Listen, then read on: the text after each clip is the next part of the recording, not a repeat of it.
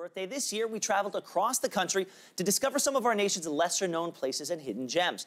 This week, we're revisiting some of those incredible stories, and today we're starting off in St. John's, Newfoundland, or more specifically, the most eastern point of our home and native land.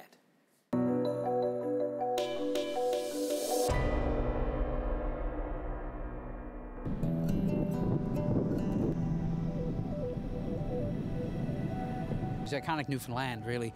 When you get, the barren landscape here, and then you get the seascapes here with the cliffs and everything along the side here. It's a large part of what people come to the province for. The sea really is kind of the central point for everything that happens within or happened within the province. So these lighthouses that were set up here, they were crucial for the safety of the mariners that were coming and going in this area. Built in the 1830s, Cape Spear Lighthouse is the oldest surviving lighthouse in the province. There was essentially, outside of the first couple of years that it was set up, there was one family that operated this lighthouse for over 100 years, the Cantwells. They operated it from the 19th century, the mid-19th century, right on up to the 1960s, 1970s when they actually lived here, and then when Parks Canada came and took over the site, and the light was moved out of that building and down into the modern lighthouse, then they moved out and they had lives in St. John's. Cape Spear also played a military role in Canada's history during the Second World War. There was between 300 and 400 soldiers, Canadian soldiers, and some American soldiers that lived here on the base. And they were set up essentially as kind of a perimeter safety ring around the harbour at St. John's.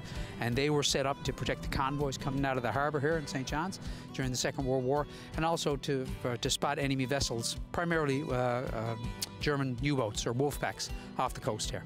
A coast tourists travel from all over the world to see. We get a lot of people here that this is the first time they've seen the Atlantic Ocean.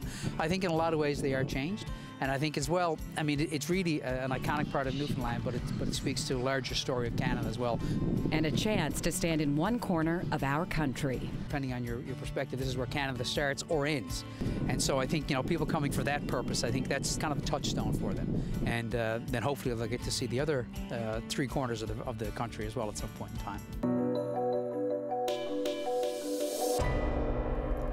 All right, let's head to P.E.I. now to explore something you don't see every day, a potato museum.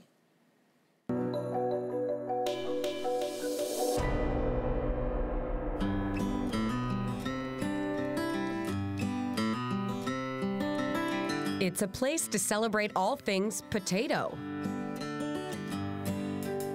From the equipment used to toil the soil, to the tuber itself.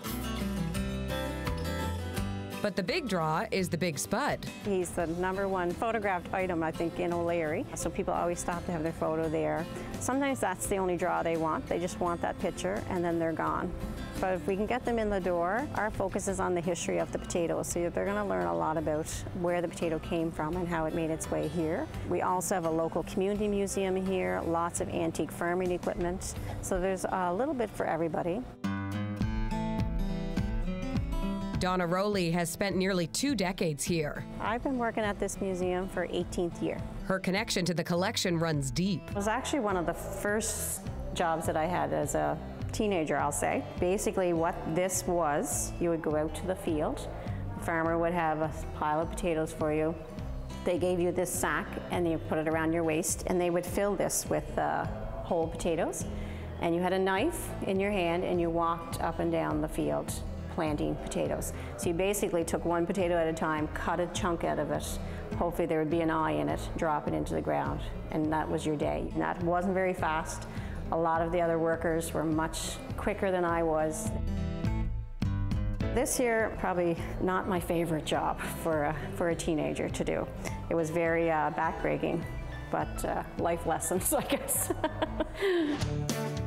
And of course, no visit is complete without taste testing the homemade treats. We do have a food area in here. It's potato base, so everything from baked potatoes, fresh cut fries, soups and chowders, and we also do a potato fudge here as well, so that's always interesting for people to try. Not potato flavor, it's actual mashed potatoes that we have in the fudge.